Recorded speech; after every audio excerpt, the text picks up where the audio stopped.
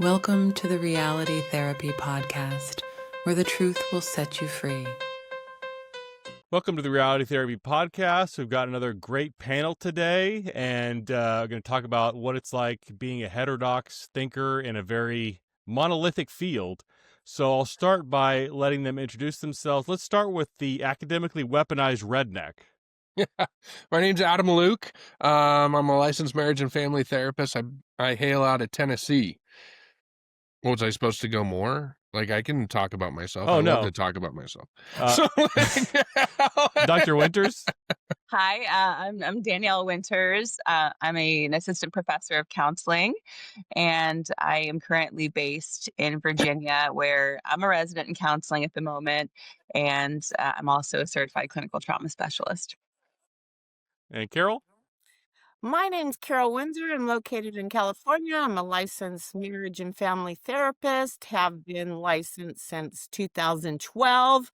Have a lot of, a staff of like 22. Yeah. So I'm hearing from all kinds of new students what's going on.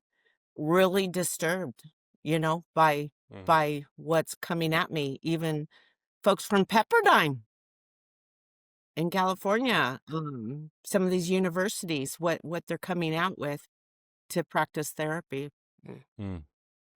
Dr. Alcabes. Hello. All right. I'm Dr. Juda Alcabes. I am a licensed clinical social worker with a doctorate in social work, and I practice in South Florida. My specialty is sex addiction and also improv therapy, which is improv comedy as a way of healing, connecting, and really living life differently. So that's me. Hello. Awesome. So I Improv think therapy. Kaysha's going to jump in when she can. It looks like she tried to, and it must have bounced. So she'll be back in a second, I'm sure. So just to start off, the basic theme of this panel is what it's like to be a conservative, or even, I've had a few people that are, I'm really more of a classical liberal or a libertarian, really just not far left in this pretty far left field. What's it like to be like a heterodox thinker in a very monolithic field? And so the first thing to talk about, like, what are you noticing in our field in terms of political bias? Anybody can jump in. Yeah, I mean, something that I've said before is, like, I never really wanted to be known as a conservative therapist. I just wanted to be a good therapist. And then all of a sudden there seemed to be this breaking point where you couldn't be a therapist without being political. And so what really like woke me up was when I was getting phone calls from people that were saying, my therapist let me go because I voted for Donald Trump, or I shared with my therapist that, I'm not so heartbreaking about the Roe versus Wade decision now. And I was told that I'm no longer a good fit. And that was when I noticed there was this breaking point of, all right, I'm going to have to identify myself because I am unwilling to let 50% of America believe that they don't have representation. Yeah. I have on my psychology today. I'm a Christian therapist. Went to California Baptist University in Riverside in California. I think they had a hang up about this whole thing not imparting your values. So they really took a lot of time to do a full cultural assessment and just taught us really well with that. And I think that's really served me well in my field. And for all the cultural competency that everyone's preaching in every class, they are the least cultural competent. They're not culturally competent. In fact, they're throwing out entire theories. I asked some of the folks yesterday, what'd you guys hear about Freud other than he's, a freak? Like, oh, the unconscious, I don't know, defense. Like, there's some really great concepts that are. He's a white man. Okay. And they just rewriting it and putting it through I don't know. It's just so disturbing what's going on. I just feel like the whole field has become fraudulent. It's just, it's so far from science, which we are already a pseudo kind of science with mental health. And it's, maybe do no harm, but there's no inkling that there's any value in any truth at all. And so there's all this affirming. So I don't know. I'm becoming really like, maybe I just need to get out of the field altogether, because I don't, I'm getting these students that, yeah, they're not conservative. I've got the binary and gay and so, but I just want to say real quickly, I'm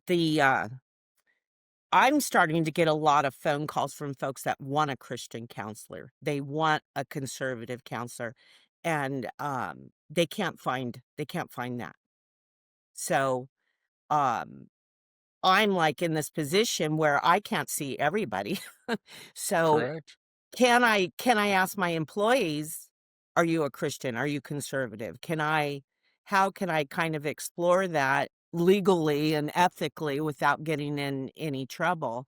So that's kind of where I'm struggling at. Or do I just need to dump the whole thing and just go get away from licensure and just hire people as kind of coaches and go that direction to serve that population? That's kind of where my head's at, because I think go that's the ahead. most disturbing thing, though. I hate how many counselors, and I speak from counseling lens, so forgive me if I just say counseling, but I hate how many mental health practitioners are starting to feel as though they have to leave the field because there's no room for them in the field anymore. We're being told, well, you're unethical by virtue of being conservative, or if you practice from a Christian lens. I work in Christian academia, so don't worry, Carol. There are lots of good Christian competent counselors coming up through the pipeline, I promise. But I work in the margins anyway. My research area and my preferred area for practice is military personnel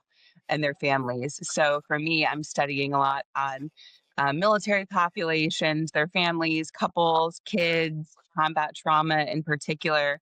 And so I'm used to not being in the mainstream of this profession anymore. I've just kind of started to realize that the real work is done where people aren't looking in counseling. And so right now, people are paying a lot of attention, I think, to certain parts of counseling and mental health. And, we're looking at these issues and these issues, but we've developed this gigantic blind spot to other areas where we're really needed. And so to me, this whole idea of, well, because you're conservative, you're not a competent or ethical counselor. The mere fact that somebody would say something like that indicates to me that they are not an ethical or competent counselor, because they don't understand that people of varying beliefs, in fact, our beliefs shouldn't even be coming into the session room. I'm doing a study on this right now, actually, where our beliefs shouldn't even come into the session room, or those of us in academia into the classroom.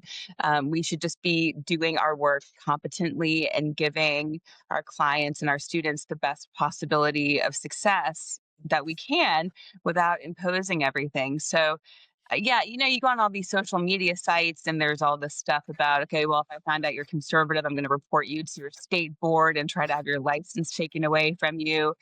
It's just extraordinarily toxic, and it makes me worry for the profession. But if people leave the profession, we can no longer advocate. And so, that's what I'm hoping happens, is that we get engaged enough, we get upset enough that we start fighting back and saying, you know what, there's this place in this profession for us. And just because we feel this way or we practice from this perspective doesn't make us less qualified than anybody else. Yeah. Yeah. Yeah, I I have a somewhat of an interesting perspective on this. Ryan, you started out by saying, not just like conservative per se, but basically anybody who's not far left, right? And I've always considered myself somebody who doesn't really value politics.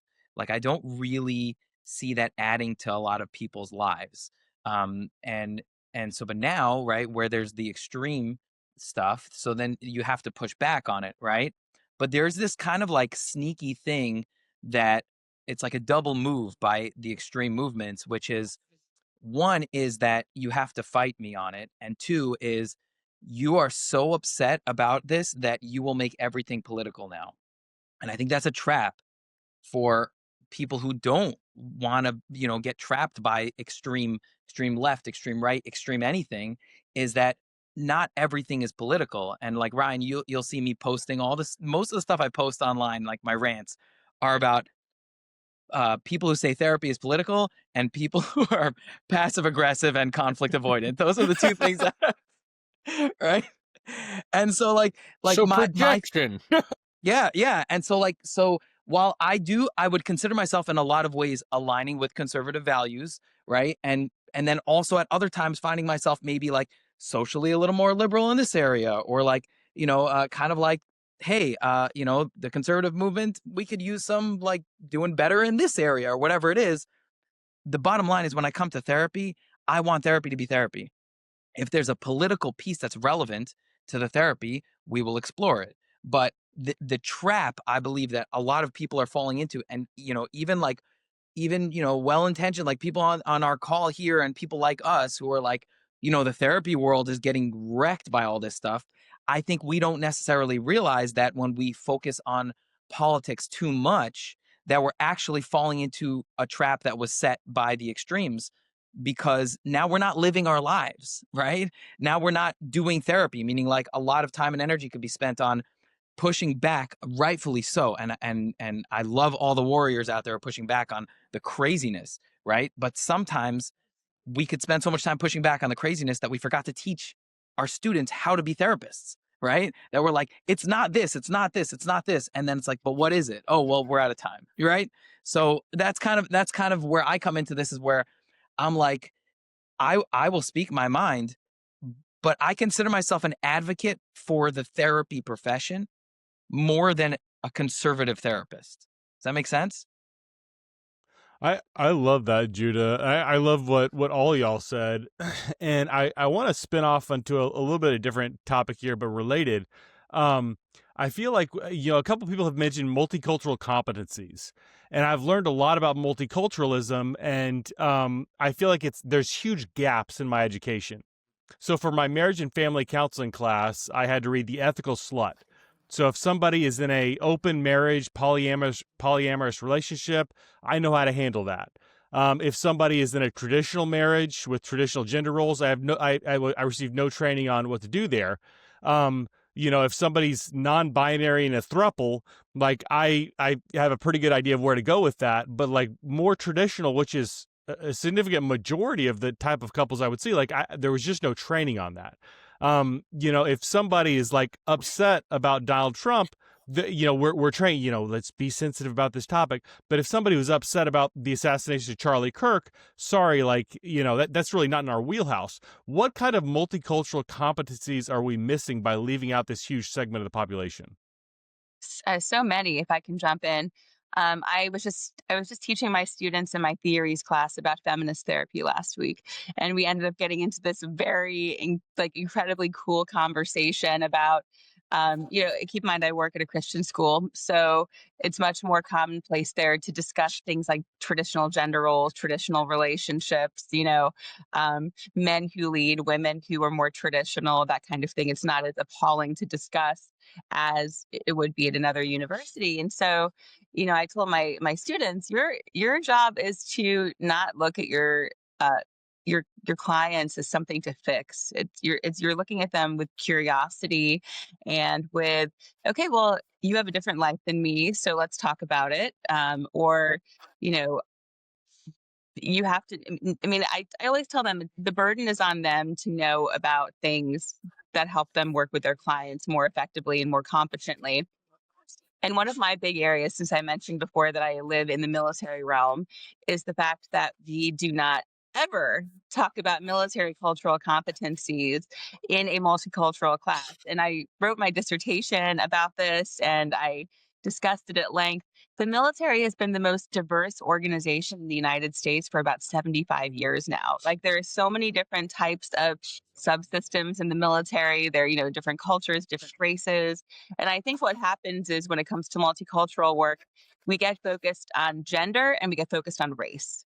And then we ignore everything else. And so we're not anything can be a culture. Pet owners are a culture. People who ride bikes are a culture. I mean, it's just, there are these nuances to culture that I think are being missed, and our students are not being taught about this because we're so busy teaching them about these things. I mean, not all of us, but some of us are so busy out there teaching them about these things that we think we need to focus on, the overt things like race and gender and things like that, that we're missing.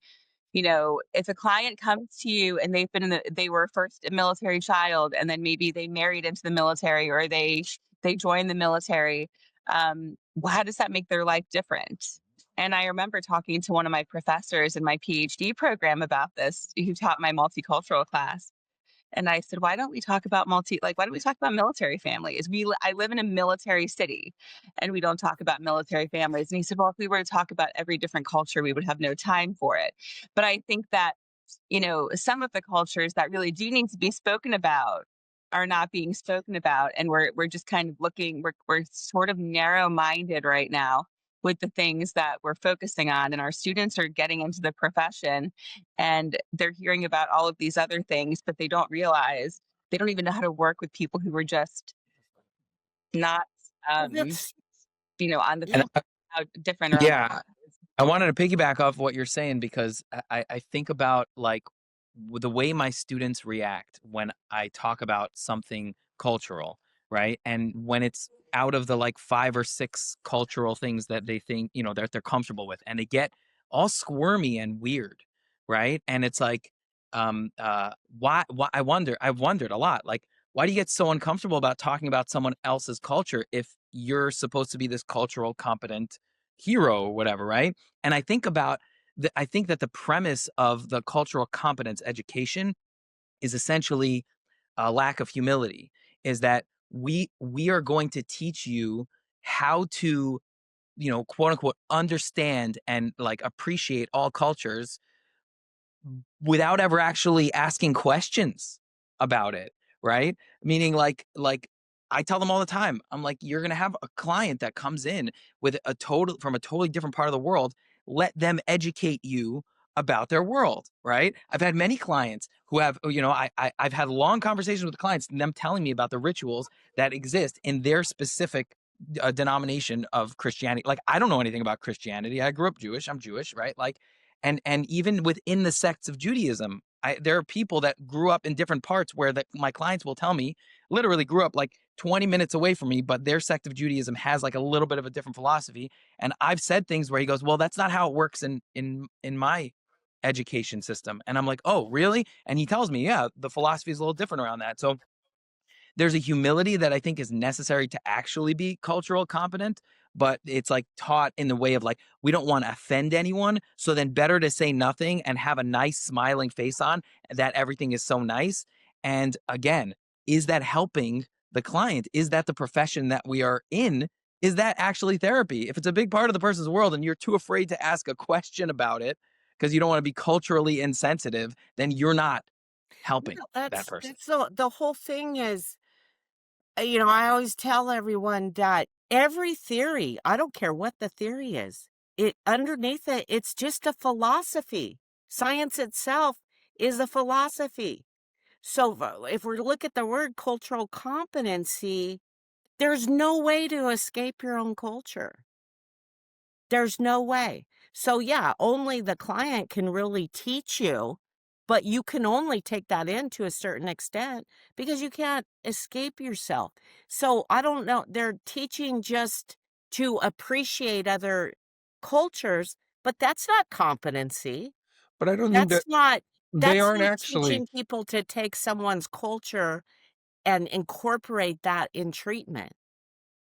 But to your point, Carol, I would say they aren't actually teaching for us to have a better understanding of everyone's culture. See, I love what everyone's saying, because what I've sort of broken through in my own thought process is I believe like the reason why I love therapy and why I believe therapy works is because it's fundamentally rooted on seeking clarity and healing. Now, those 2 points are no longer the main focus of psychology as an institution. Psychology as an institution and how most people are experiencing therapy and mental health professionals is that institution and those individuals are now focused on recruitment.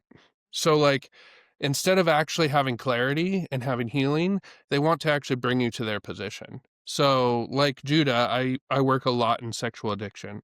A couple years ago, I decided, okay, I'm going to go get my CSAT because that's going to help me. That'll differentiate me. And I actually abandoned it. I decided not to go through. I went through the second module and I said, there's no way that I can fundamentally sit here and represent this institution, because what was interesting was the kinks were now becoming the mainstream.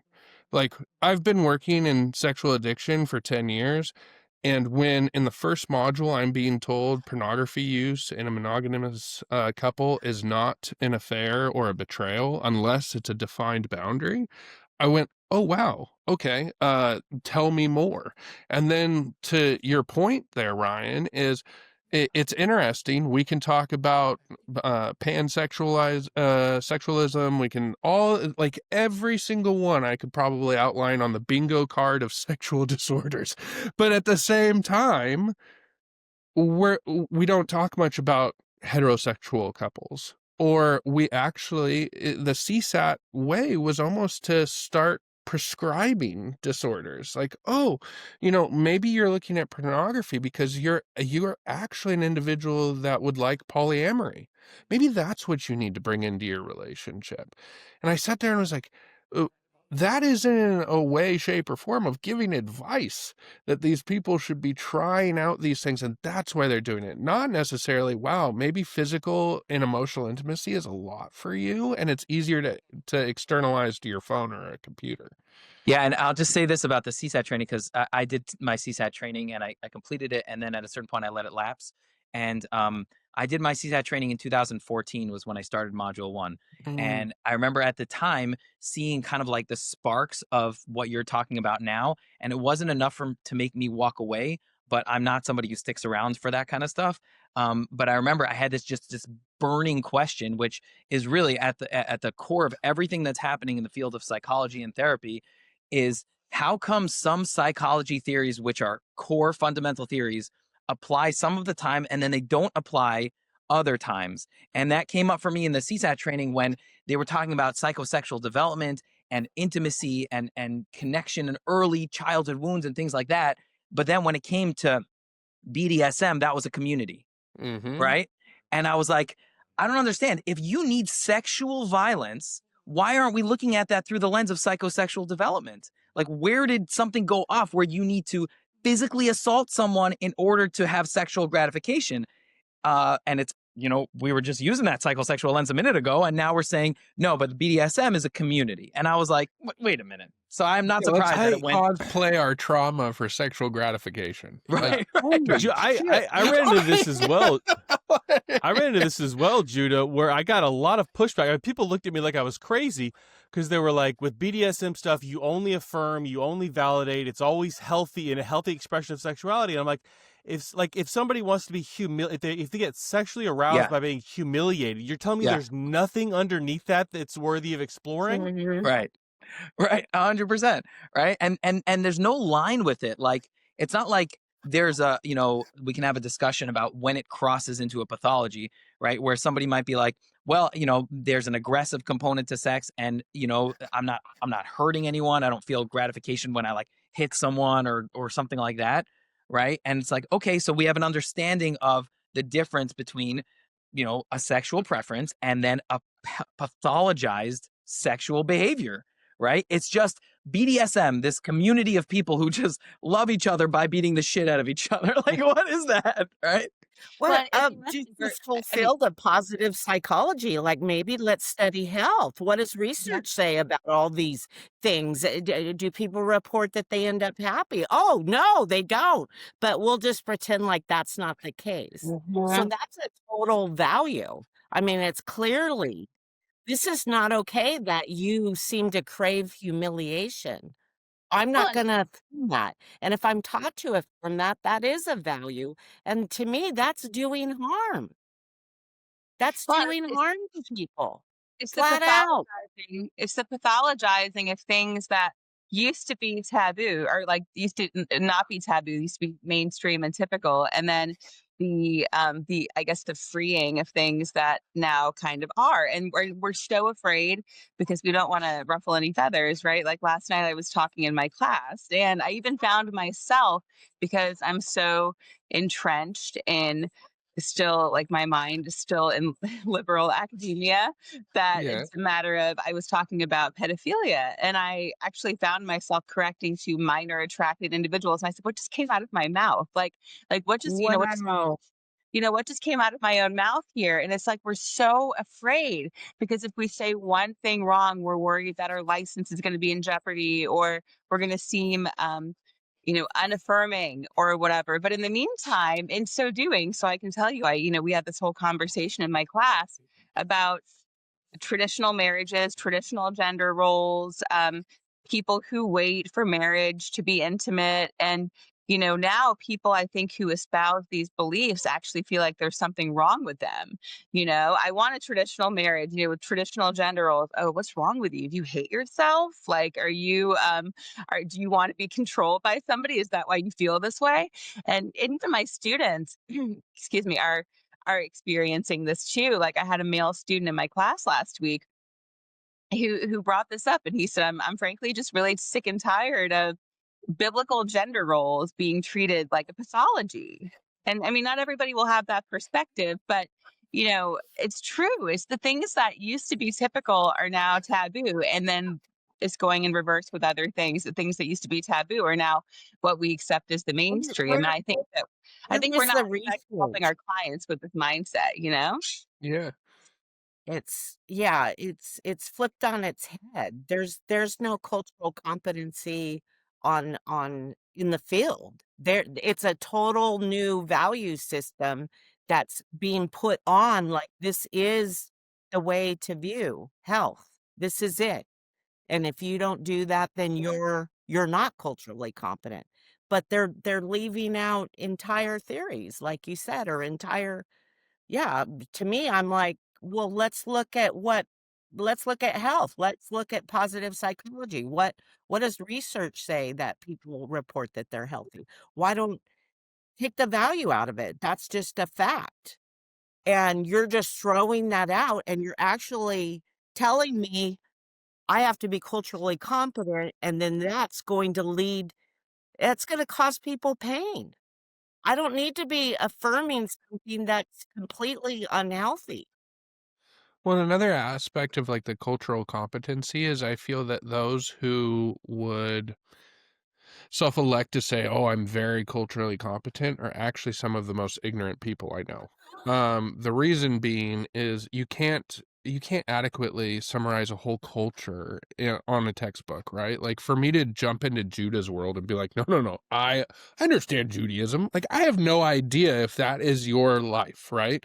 But on the flip side, there are probably plenty of therapists that if that traditional couple came in and let's say they've been together for 16 years, there's 3 kids and the wife is unhappy, that individual might immediately go to, "Oh, she's probably stuck in a misogynistic marriage," right? Like there's these automatic like check boxes that pop up. "Oh, Christian? Oh, that means that there's got to definitely be some sort of faith trauma there, some religious wounding that happened." And the problem with that is that they're so assured of this that I don't believe there's actually a tremendous amount of therapists that sit in the room and let their clients educate them to their clients' problems. They just Yes. come and they Yeah. sit in and they go, "Oh, nope, I saw the bumper sticker or the car or how you're dressed or who you are." And immediately, "Oh, wow, this is a woman of privilege because she's white." Like, how unbelievably arrogant and insulting. Because, like, for a period of time, I was a service-based therapist in LA. I worked in Watts, Compton, Inglewood. I primarily worked in all of the projects. If I had walked into that community with a thought process of what the average African American experience was, I guarantee you I wouldn't have been able to work with that population, because they would have said, oh, you're like everyone else. You prescribed to us what our problems were. But what was interesting, there was a dichotomy there. At the same time I was working as a field-based therapist, I was also working in private practice, with most of my clients coming from Beverly Hills. And so what was interesting is when I would sit there and recognize the same thing that I would be talking about to parents in Section 8 housing were the same concerns I was talking to people living in mansions. It recognized that, like, wait a second, there's a whole lot more that we're actually on the same plane than we'll allow ourselves, because we say that the zip codes, the areas, the barrios are what separate us. And I think it's because the world is looking for convenience and ease and how to conceptualize people, instead of the true hard work of letting a person tell you what they experience. Well, and I Yeah, think part of that's the issue, I'm going to go back to the term competence.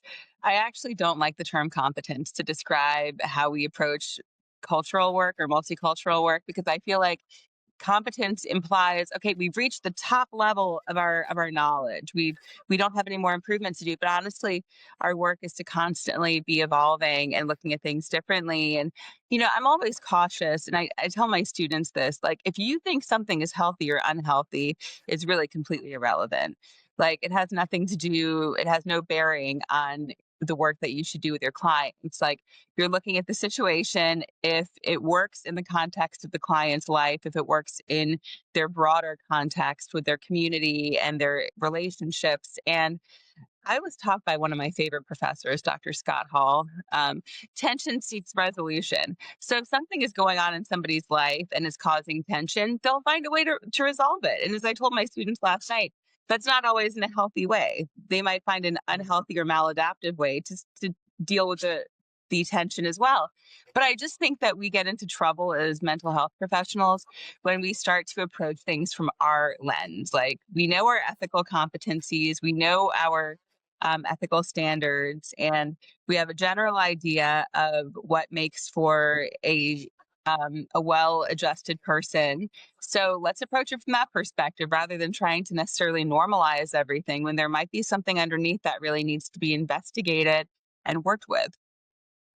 Yeah, I would say that I agree with you strongly that cultural competency is a silly phrase, and the way you put it is like that we've achieved cultural. Like, nobody has achieved cultural competency. If I were to change it, I would change it to cultural comfort, and the reason why I say that is because my dissertation is on therapist discomfort in treating pornography addiction, and it's a qualitative study. And it's essentially like, how comfortable are you exploring things, asking questions, being the one to bring it up, right? Asking about the details of the porn that's being watched, things like that. And they're one of the findings, which was a little bit hard to put into words in the actual writing of it, but I did put it in there, was essentially wanting to appear non-judgmental to the researcher. Almost every single one of my subjects came out the gate saying, I'm wide open. I will talk about anything. I support everything. I don't judge anything. I don't this, I don't that, right? And then you scroll down in the transcript to minute 17, and there's one thing that they say, oh, if a client said that, I can't work with them anymore. And I'm like, what happened to all your non-judgmentalness, right? So meaning that there's underlying therapist discomfort, which they denied, right? And then that denial is actually extremely harmful, because they're not aware of their own biases and their own attempts to move to comfort. So avoid something or shame something or over approve something. And I think it's the same thing with cultural competency. All of my students are afraid to ask a question about someone's religion. And I'm like, you have to be comfortable saying, I don't know how this works in your world. Tell me a little more about it. I'd like to learn more. They think that there's something offensive about that. And that's confusing to me, because I'm like, I don't know about other people, but when someone asks me like how I put my pants on, I get excited to explain it to them, because I'm like, well, first I put on the right leg. Like, people want to talk about their lives, but there's a fear and this, like, I don't want to offend anyone. And it's a discomfort. That's the way I would put it. So if I was reworking a cultural competence training, I would rework it to be a cultural comfort training. And it would be about comfort in exploring and asking questions and learning about things that you don't know anything about instead of avoiding it and staying on your high horse where you say, I love all cultures. It's the whole point is if your assessment doesn't include this person's cultural worldview, I was taught really you're not doing a thorough assessment. These are the things this person believes that helps them through their life, even tied to basic survival, what's important to do in the world. So what's important to know to survive? What provides meaning and purpose for my life? If I don't understand that, maybe I'll never fully understand it because I'm not them. But I have to take that into account. But yet students, I've viewed assessments, there's one question, any spiritual or worldview or cultural aspects of this client that are important? None reported. Did it? Yeah. None Like, but reported. did we explore it pretty Right, well? right. So, Right? Like, no. None reported is a great answer. I love that. It's just, Yeah, exactly. None reported. Didn't ask. it's Right? in the Like- thing that they're so worried that don't impart your values, that they can't even understand anyone else's worldview because they're too worried about imparting their own worldview. So I don't even, what are we doing? What are Well, we I think even to your doing with point that? there, Carol, is like we've been so conditioned to believe that asking or seeking clarifying questions could be uncomfortable to other people, and we don't want to make anyone feel any certain way. Well, then how the hell do we do therapy? Because like there's going to be a level of, these questions seem invasive, but there's actually a scope to them, right? Like I'm doing this because I'm trying to do a good assessment. And that's where, like, when I look at some of my students, what's interesting is I feel like there's more of a leaning on, instead of a qualitative assessment, let's lean more to assumptions. I'm going to guess. And so this is the trouble is, and I think it's actually coming out of just social media in general. Social media has been around now for 25 years, where we've gotten really good at taking 30-second snapshots of reels and different things and coming away with a fully formed thesis on any one problem, right? Well, the same thing's happening in the therapy room where people are literally sitting down with clients and then treating them like TikTok reels. Oh, I know enough to be dangerous, and then I'm going to assume and go from there. And so I think that's like the thing I love just hammering on is like, when are we going to get back to true, like, seeking clarity? We need to get to seeking clarity, because if we're just in a position of recruiting people to whatever virtue signaling ideal I'm prioritizing today, I think that's why people have every right to say therapy's not working. Therapy isn't working, not because therapy doesn't work, but because if we actually go back to the nuts and bolts of it, we're not doing good therapy anymore. Yeah, I mean, can you imagine someone going to a doctor and the doctor's like, I don't know, what do you think? What do you want to do? Like, and so I'm constantly. Yeah, I would say Percocet. You Percocet do have will help. I've been in the business long enough. Percocet. You should have it. They're just like, I don't know. And the doctor's like, yeah, let me know what you think.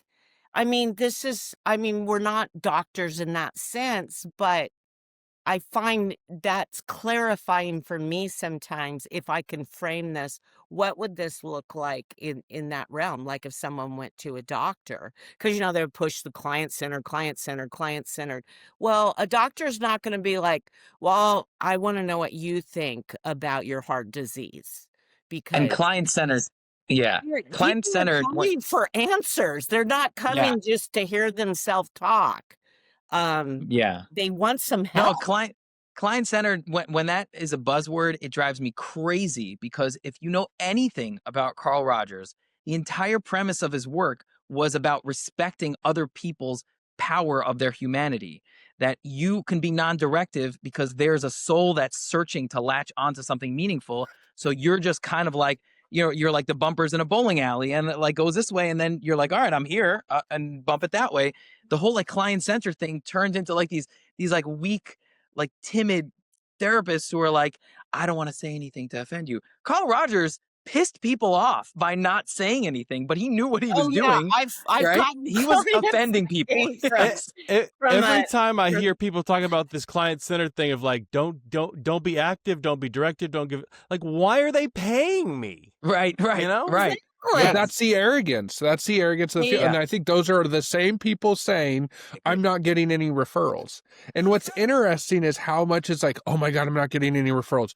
Well, do you feel like do you ever do assessments on yourself? Do you hand surveys out to your clients? Do you ever find out, like, do they feel like they're getting something from this?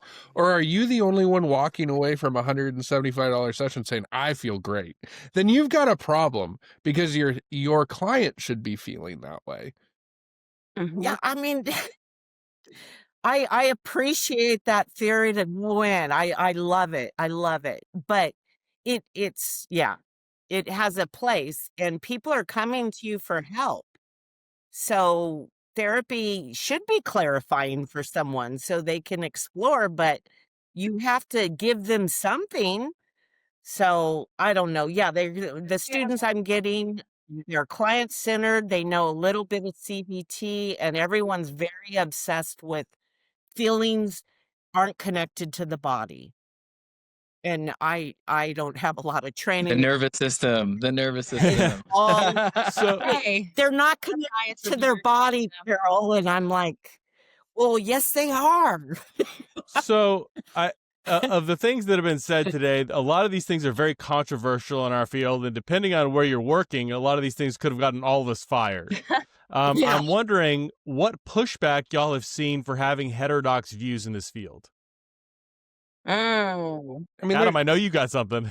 there's silent doxing that happens. I spent a large majority of like my career trying to fit into the cookie cutter of what this field wanted. And I had one of those just watershed moments of realizing, like, I'm going to actually sell my soul and my integrity to do this. And at that point I said, I'm unwilling to do it. So like when you say like, oh, we could be getting fired. That's why I have my own business. A reason is because I had to go out there and I had to find the control in that process, which is I believe that there are clients out there that are seeking good therapy, that are wanting to sit in a process that's uncomfortable. And my practice shows that it exists. The challenge, though, is, I've lost teaching jobs because of this. I have lost good paying private practice jobs because of this. Um, and what I really want to tell you is, like, at the end of the day, I am so much more appreciative that I didn't accept $1 over my integrity, because I'd never be able to buy it back. And so, like, I hope that this isn't just a session where everyone feels like we're just bashing on the other side. That's not what we're saying. What we're saying is we need to be lighthouses.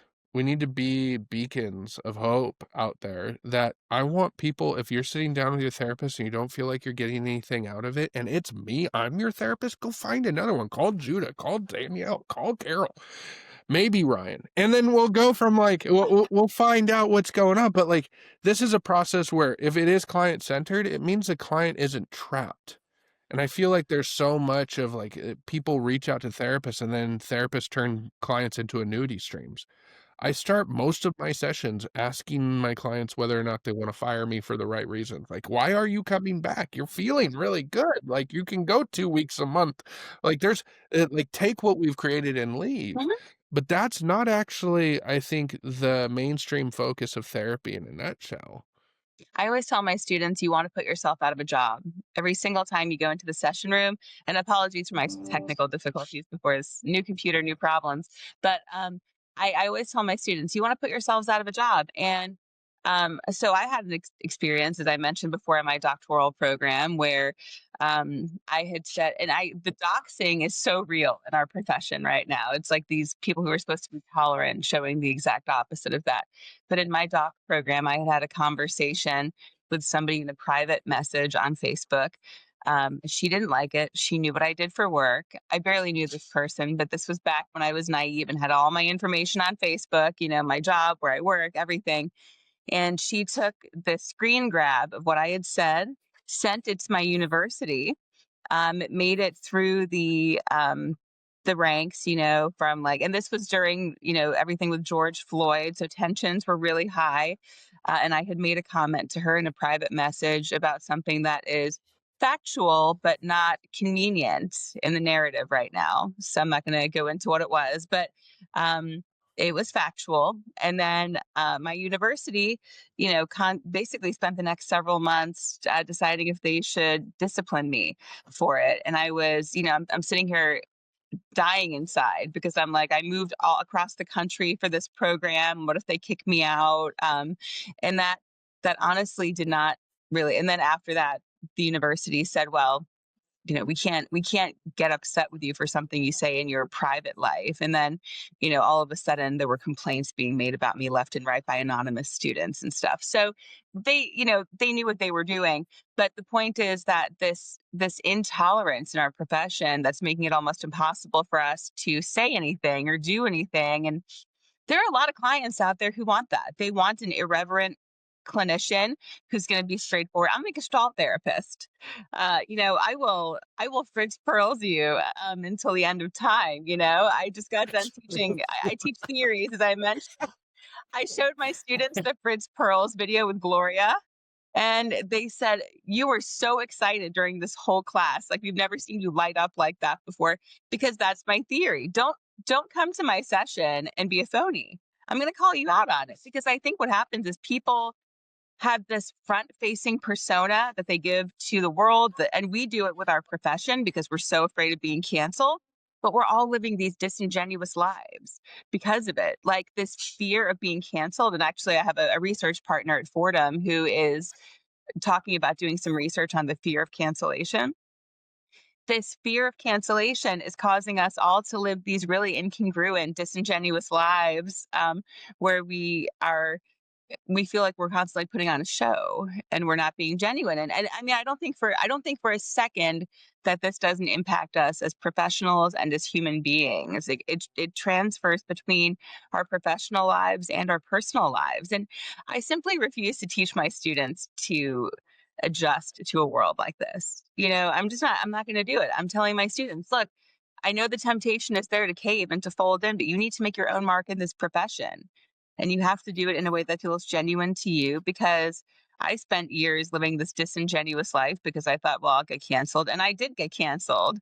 And I still worry about being canceled all the time. But you know what? At some point, you have to just get the fear of that out of your mind and think, I'm going to live. I tell my clients all the time to live a genuine life. So I'm being a hypocrite by not doing the same thing.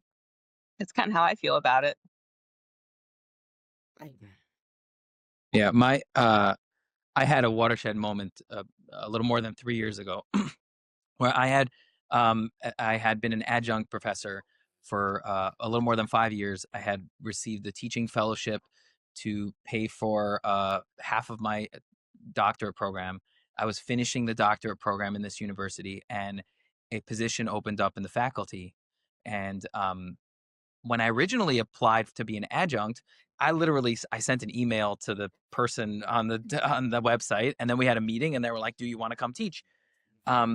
This time around, they were like, you haven't submitted your DEI statement yet. And I was like, what the hell is a DEI statement?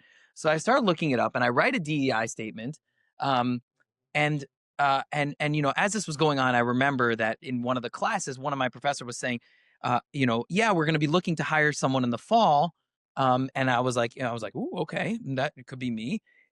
Primarily, we're looking for somebody primarily of color. And I remember when she said that, I was like, that's kind of racist, right? That's pretty terrible.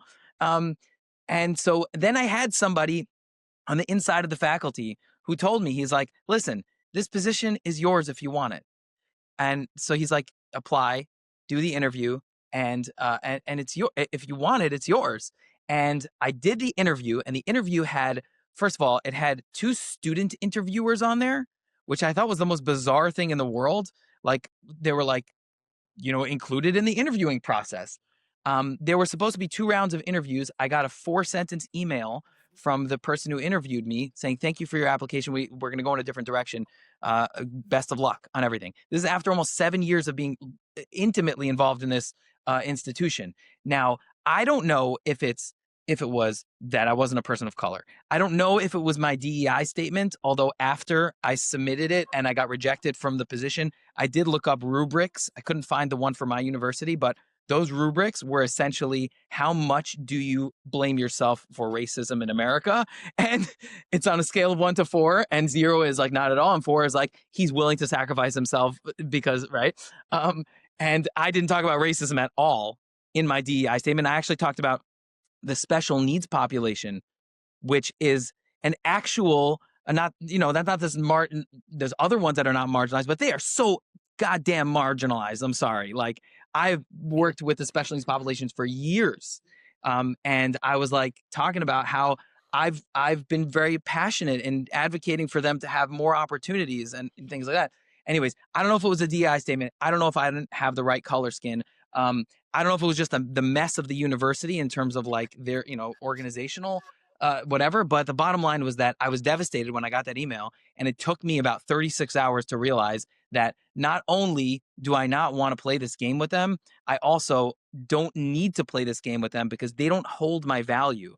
They were going to give me a classroom to teach, and then they took the classroom away. And guess what I'm going to do? Find another classroom, create my own classroom, right? And so I walked away from it, and I finished my doctorate, and I actually still teach as an adjunct when a course comes along because I'm happy. I love teaching. But the freedom for me came from realizing that this is not an all-powerful entity, right? You can get canceled from their world, and you can then move more into your world or strengthen your world. And I really found a lot of myself in that week and a half of really processing it. And I think it's what propels me going forward is like, come take my license. Right? It's like Michael Scott Paper Company, right? If you're an Office fan, right? When I'll open another one, and he's like, Michael, and he's like, that could be the name of the next one, right? So I'm gonna Somehow I managed. take my license. I'll figure out something.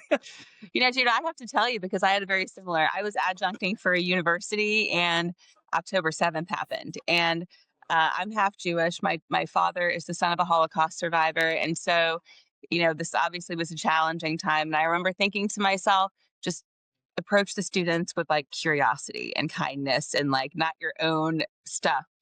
And I had a bunch of students that semester who came from Middle Eastern cultures. And I remember we were told to give them space in the classroom to talk about it. And so I did, and it turned into this really anti-Semitic hate fest. And I know you guys were laughing about nervous systems before, but like I remember being so tense during that class. And how do I handle this? This is my worst nightmare. Like, how do I deal with this? And it was me trying to use very middle language about things like the conflict, and then they all had a really hard time with the fact that I was not referring to Israel as genocidal. And they went to the department chair, and I think the department chair kind of like brushed him off a little bit and said, you can't expect your professor to use your language to describe something. Right. Concept. And then somebody else in the department who I talked to about it, I said, look, they're going through a lot right now. It's a challenging time. I think next time, in order to repair this, you need to just take one for the team and let them beat up on you a little bit. Wow. Yeah. So I did.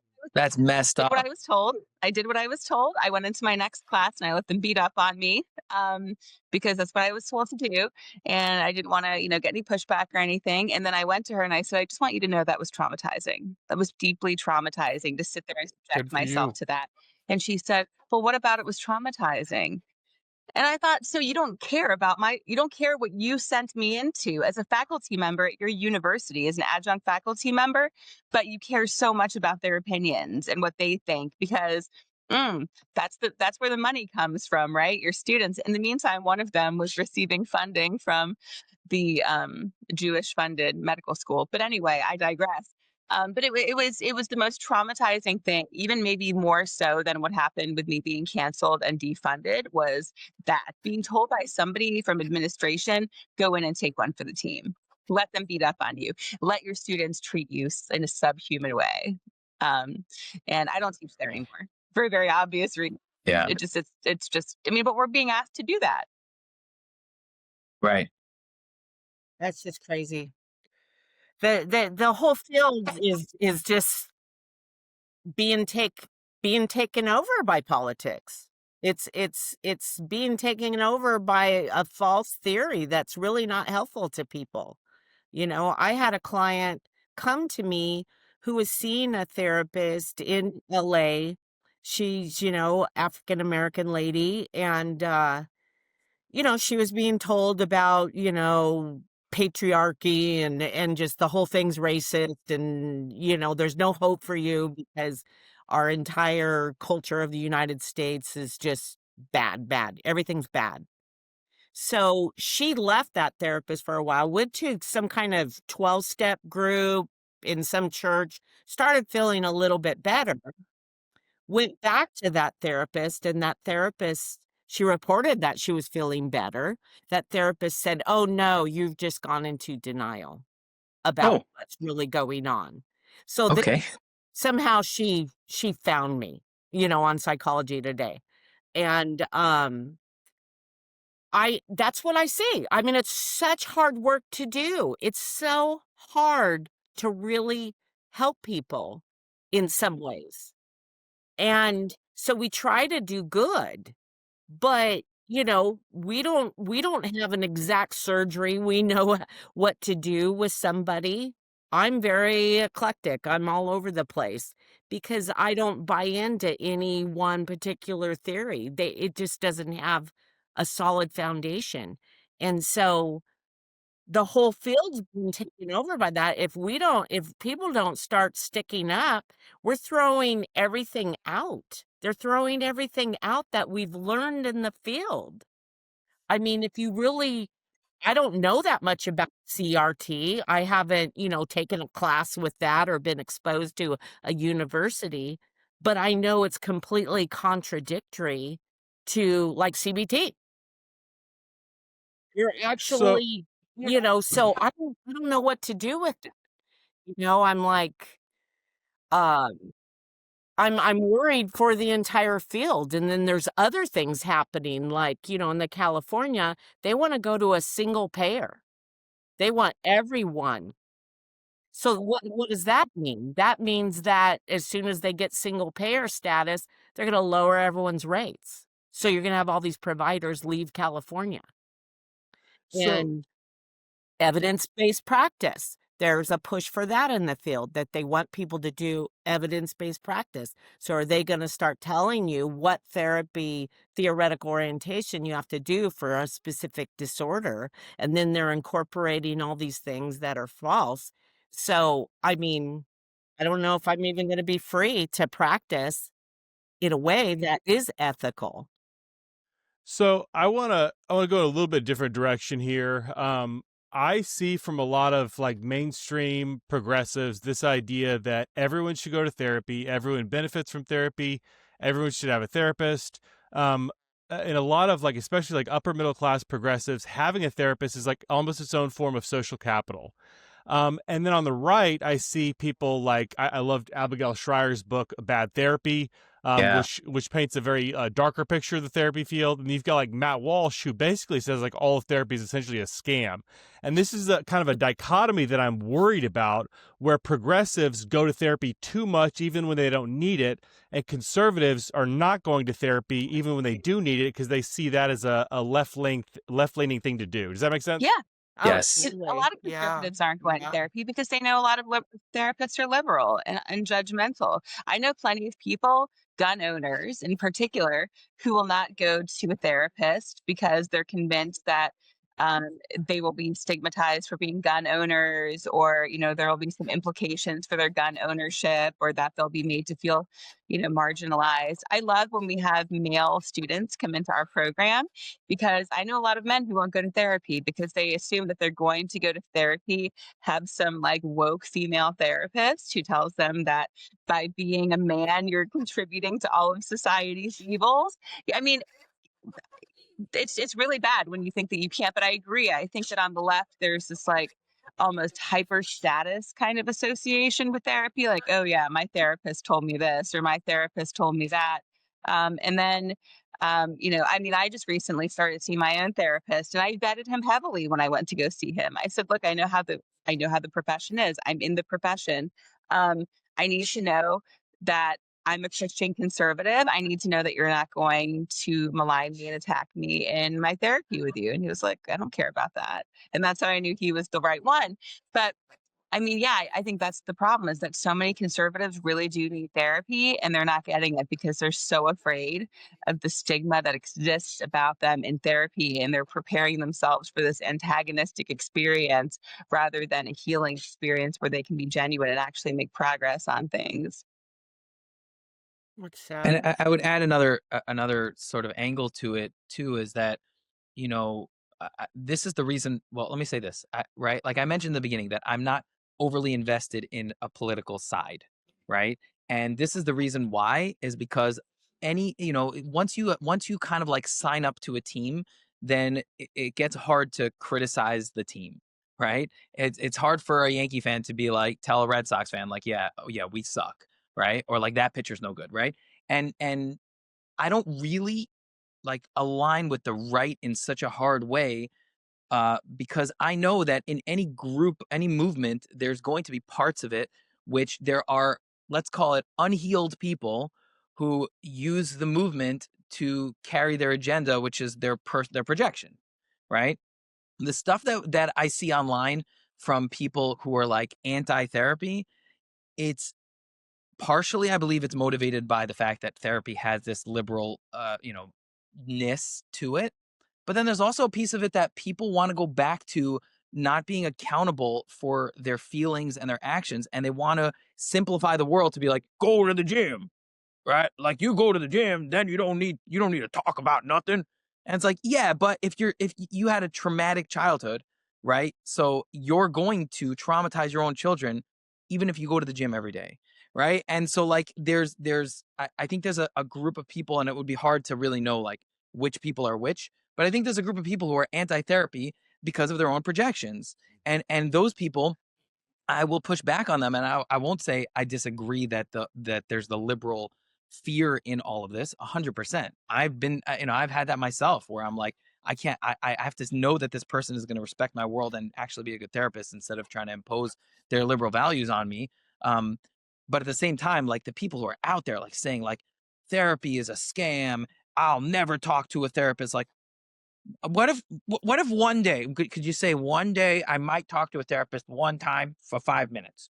No, I'll never do it. You know what I'm saying? Like, it's an extreme position to take, especially on, on a field that's been around for over 100 years and has a lot of legitimacy to it.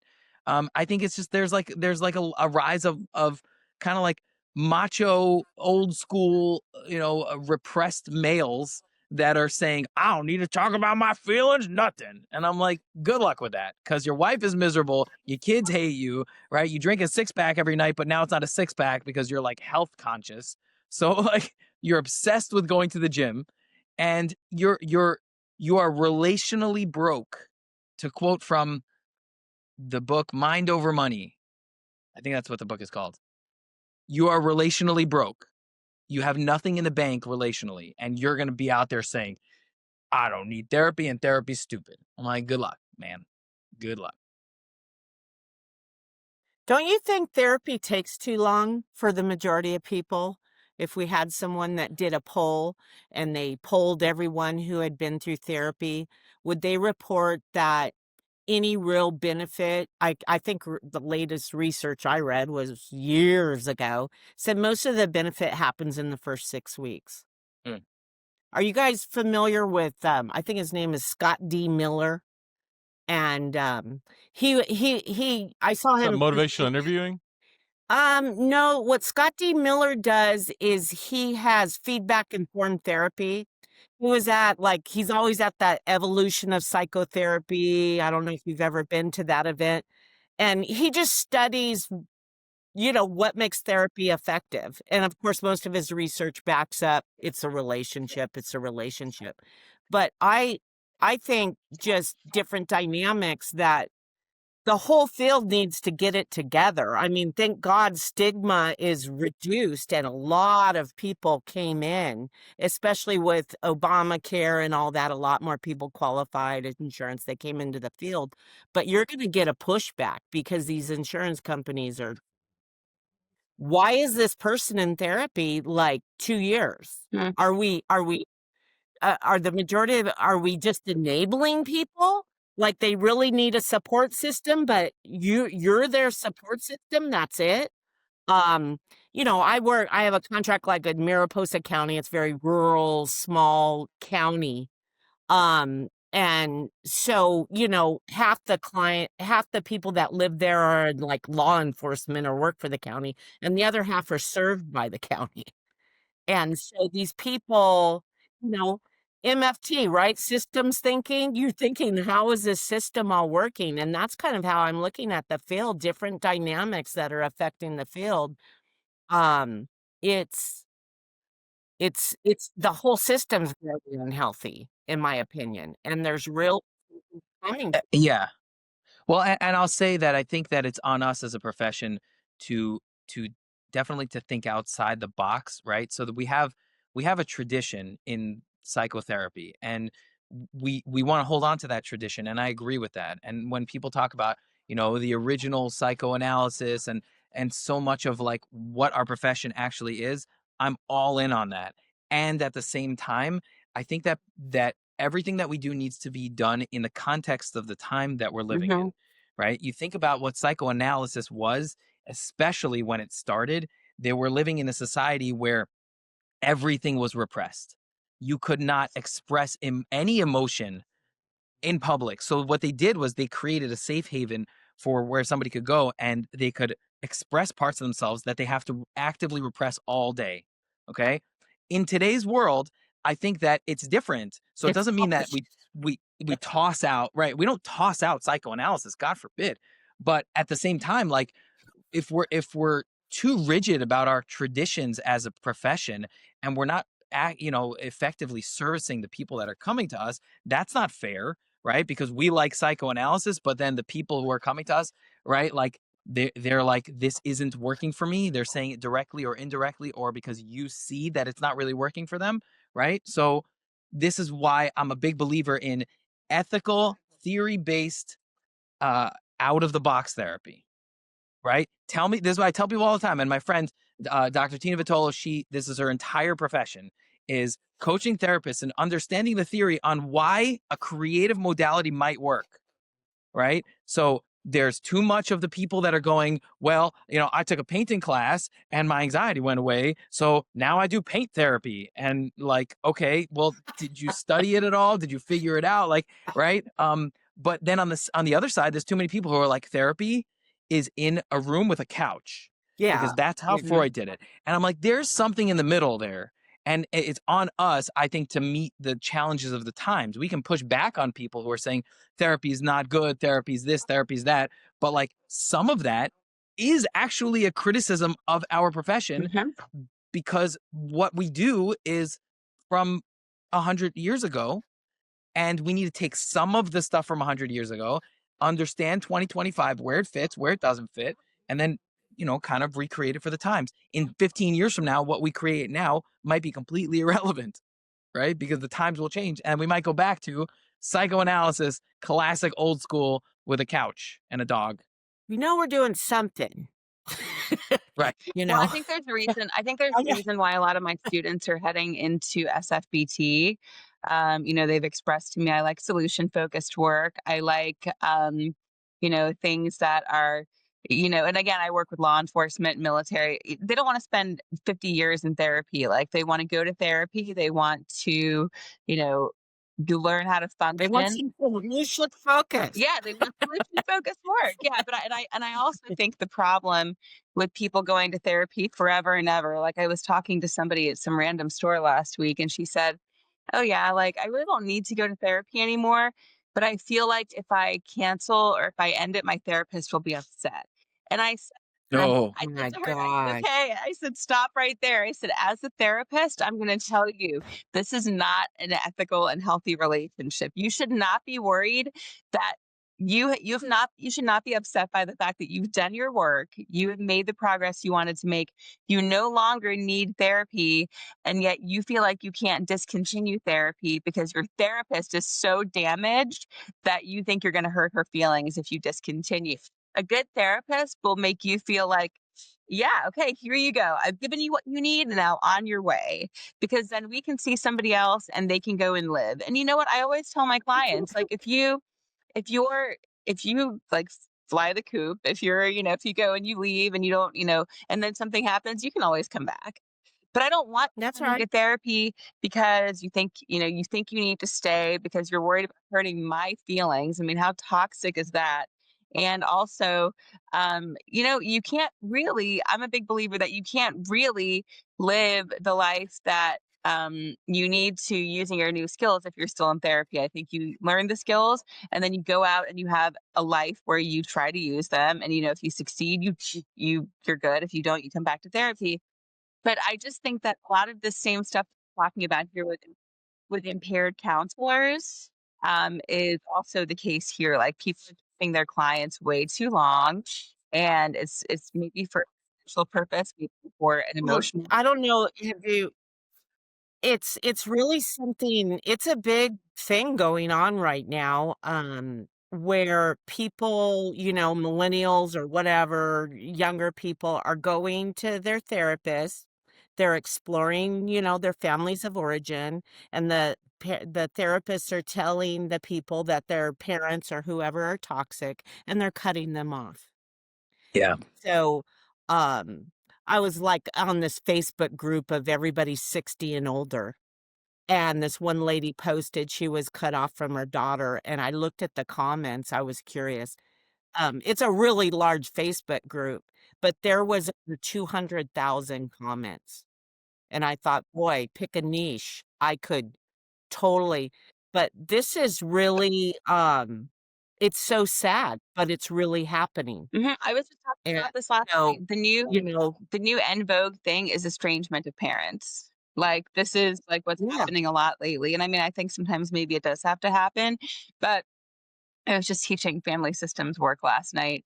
And, my students were like, like, how do we do this? How do we maintain some of these relationships or whatever without having to encourage our clients to necessarily cut them off? But yeah, I just think there's a lot of evidence going on in the profession right now that some severely impaired people are doing the work, and hurt people.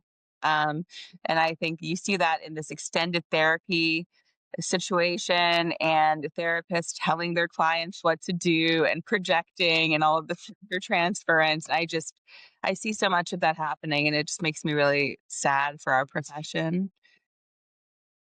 Yeah, yeah. So I've got one more question for y'all before we go, and that is if you were talking to like the broader public, the general public, what is one thing you think they should know about mental health that most people don't? Hmm. Not that this could be acquired easily, but there is a large part of the human existence which might look like a mental health problem.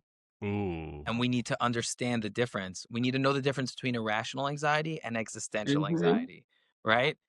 We need to understand the difference between depression and sadness, Hmm. right? And if we can have a better understanding of that, I think we can live more authentically instead of trying to stop ourselves from being people who are inherently contradictory and live in this very, very confusing experience of being a human. Sometimes being able to look at your anxiety and be like, yeah, oh, this is probably going to teach me something. It's probably I'm yearning for something more in my life, Hmm. right? As opposed to being like, I have anxiety, I got to go to therapy, right? I'm depressed. So I think that there's a lot of the human existence that looks like mental health issues is Hmm. actually a beautiful part of the human existence, and also will not help you if you pathologize it. Yeah, It's an agree. inability to tolerate discomfort. Yeah, Yeah. No, right. and kind of along the same lines, and I completely agree with you, Judah. Like I feel as though we have these terms that we use for everything, right? If you have trouble focusing, oh, I have ADHD. If you're particular about something, oh, I have OCD. If you've experienced something challenging, I have PTSD. If you have social issues, if you can't socialize well, or you miss social cues, oh, I'm the autism spectrum. And I think this kind of hyper pathologizing of things to have a label on it. And I think labels these days also serve to create social capital. And so I think what I would like people to know is just because you experience elements of something doesn't mean you have the whole thing. I mean, people can have different types of presentations behaviorally and not necessarily have the entire diagnosis. And that it can be really minimizing for people who actually do struggle with those particular conditions. When people who, just kind of blanket and say, oh, yeah, well, like, I got cut off at a red light last week, so I have PTSD now. I just think that language is so important in our profession, and teaching people to use like mental health related language responsibly is such a big deal. And I think we need to just kind of stop trying to label everything and just sometimes analyze it as, okay, well, this is a condition I have because of where I am in life or what I've experienced. It's not necessarily this huge thing. Right. Yeah. Well, I agree with both of those things. I think people are way overly identified with their mental health issues. It's not who they are, and it's getting in the way. So I think life is really about growth. And so you don't want to get stunted in your growth. So I would tell people whatever's going on with what Juda's saying, really this is more about existence, as you say, that it's not who you are, it's what's happening to you. And so there's a lesson in that. There's a transformation that can happen with that if you're open to it. So life can't be about avoiding pain, because life has a bunch of pain. And you can be healthy and still be experiencing a lot of pain. That's true. And that's really important to clarify. Yeah. Just because that's good you're sad. I think someone died. I think that's a normal human reaction. I'm not going to Right. apologize that. And it seems that that's becoming a real issue. I guess it's social capital or whatever it is, and I'll just use my mental health as a big excuse for avoiding the growth and development that life is calling me to do. And also, Um, medication is not the answer to everything. It's just not. yeah, yeah, You don't need to yeah. go on Lexapro because you're anxious about something in your life right now. Just work through it. Use your behavioral techniques. You got it. It's an opportunity. Or you could go on Ozempic because you feel bad about your body, and that's why you feel sad all the time. Oh, yeah, I don't know. And you could still eat cheeseburgers, but you'll feel good because your body will feel good. You'll like the way you look in the mirror, so then you won't be depressed anymore. I love these answers, and I loved all of what y'all had to say on this panel. Thank you so much for joining me. Thank you, Ryan. Thanks for Thanks for having me, having me. Ryan. It's been great. Fun.